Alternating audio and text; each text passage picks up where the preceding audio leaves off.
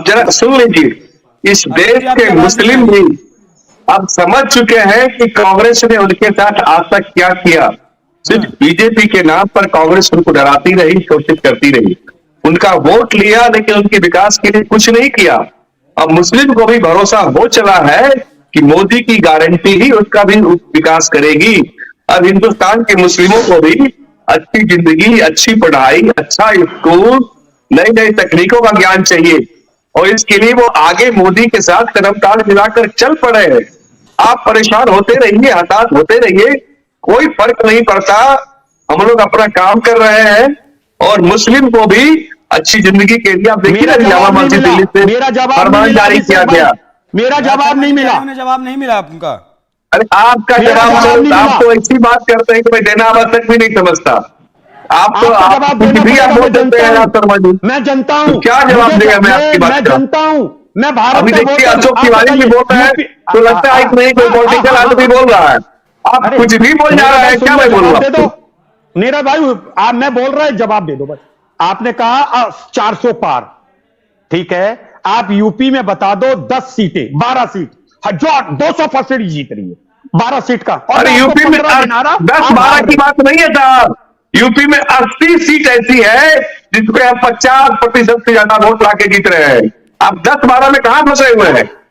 इतना छोटे सोच क्यों रखते हैं आप? कौन सा इतने छोटे सोच में क्यों है? मुंगेरी लाल के सपने अच्छे नहीं है, मुंगेरी लाल के सपने नहीं है, सपने अच्छे मुंगेरी लाल के सपने आप देख रहे हैं। अच्छा आप देखते रहिए। एक और पंडित भाई मैं आपसे एक और बात इजाजत चाहूंगा, मुझे एक और डिबेट में जाना है, अगर अगर आप परमिशन देंगे तो मुझे आज 5 मिनट पहले छोड़ दीजिए। जी जी जी आवाज आप एक बात बताइए, मुझे इजाजत देंगे पंडित भाई, मुझे एक डिबेट में और जाना है। जी जी ठीक है सर, मैं जा सकता हूँ पंडित भाई, मुझे एक डिबेट। जी एक बात का जवाब दे दे चले जाएं प्लीज। जी जी ठीक, जल्दी जल्दी बोल लीजिए सर। आवाज आ रही है? आपसे एक रिक्वेस्ट है, आप ये अपना सवाल देखिए। मैं स्पष्ट रूप से कि देश में हिंदू, मुस्लिम, सिख, ईसाई, किसान, नौजवान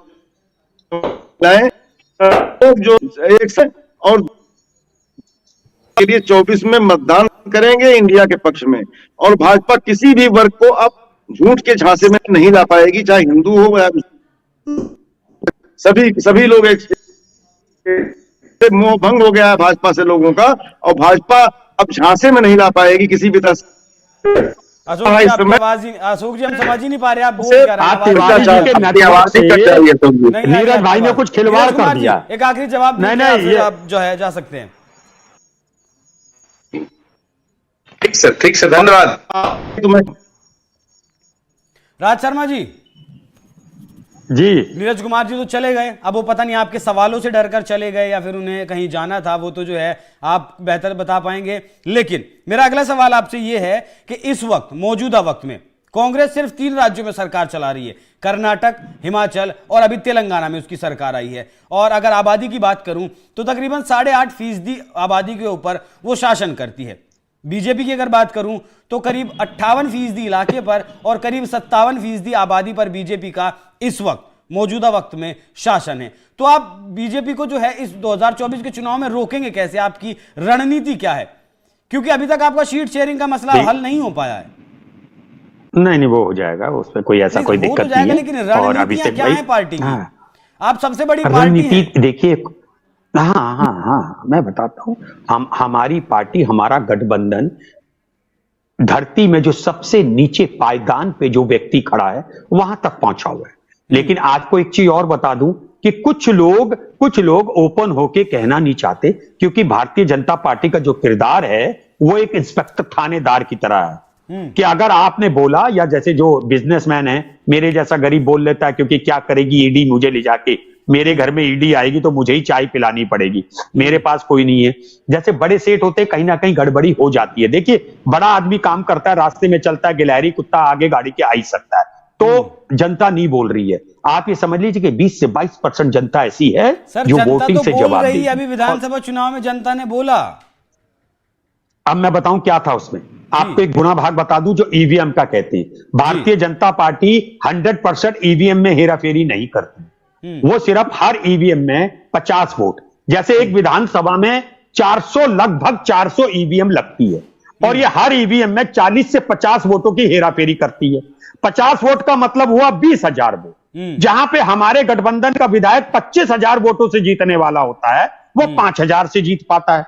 और जहां पे हमारा गठबंधन का विधायक 18,000 वोटों से जीत रहा होता है, वो 2,000 वोटों से हार जाता है। गठबंधन का विधायक है। अरे सुनिए तो, लेकिन मुझे तो गठबंधन का धर्म निभाना है। गठबंधन तो लोकसभा के लिए, विधानसभा में तो आपने जो है समाजवादी पार्टी के साथ क्या किया वो दुनिया ने देखा सर। मैंने कहा ना, अगर मान लो जहां पे सपा लड़ी, मान लो कहां पे क्या था, अरे भूल गया हूं किस, मौर्या जहां से लड़े थे, अरे नाम बोल रहा हूं जगह का, जहां से लड़े थे अभी मौर्या हार, नहीं मौर्या हार गए थे, केशव मौर्या हार गए थे वो, अरे नहीं क्या नाम है वो, उसको एसपी का विधायक अशोक तिवारी जी, उन्होंने दारा सिंह जहां से हारे, दारा सिंह जहां से हारे थे। हाँ तो अब मैं इसलिए कहूंगा कि वो विधायक थे ना सपा, ऐसा वहां सपा।